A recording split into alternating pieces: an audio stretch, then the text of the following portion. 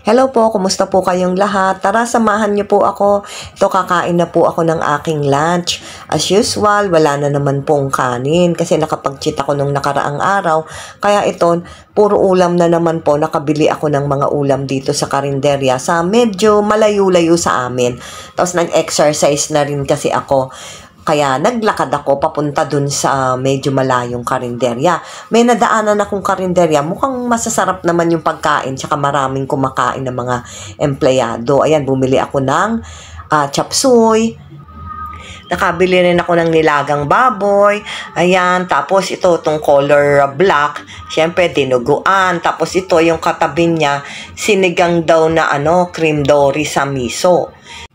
Simulan na natin ang taste test. Itong chop suey, okay naman, masarap naman, 50 pesos daw yan. Tapos, itong dinuguan, medyo na-stress ako kasi pag uwi sa bahay, hanap ako ng hanap, ang layo-layo ng karinderya. Tapos, bumalik pa ako para sabihin dun sa nagtitinda na, ay manang, hindi niyo po nalagay yung yung dinuguan. Ito namang nilagang spare ribs na baboy, okay na rin naman. Kita nyo, ayan marami namang mga gulay. Yung timpla niya, tama lang ang alat. Tapos ito, medyo maalat-alat, yung sinigang na cream dory sa miso. Pero masarap naman din, malaman siya. Tapos parang mataba yung ulo. Ulo ng cream dory yata yan eh. Ito namang dinuguan, halos walang lasa na puro taba.